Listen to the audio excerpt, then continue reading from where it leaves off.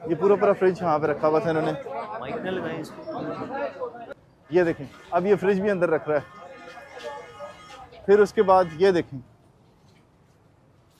आपने देखा होगा कि यहाँ पे एक वॉश बेसिन लगा हुआ था, और इस वॉश बेसिन को आपने खुद देखा होगा कि यहाँ पे लगा हुआ था, और उसके बाद जिस तक टीम आई है उन्होंने फौरी तौर पे उतार लिया। ये हाशमी रेस्टोरेंट है जिसमें ये सामान सारा बाहर रखा हुआ था।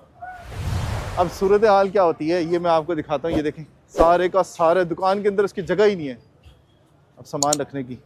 ये कब्ज़ा किया हुआ था इसने बरामदे के ऊपर, अब इसकी दुकान में जगह ही नहीं है, ये कहाँ रखेगा सामान, कोई पूछने वाला नहीं था यहाँ पे। ये सारा बंद किया हुआ बरामदा इन्होंने, यहाँ से ये सारा बरामदा बंद किया हुआ इन्होंने, और ये शटर से बाहर रखने की जो है वो इजाज़त नहीं है।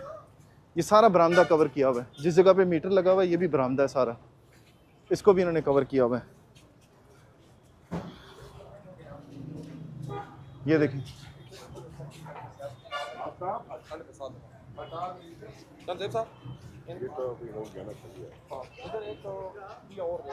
वो आगे कोने पे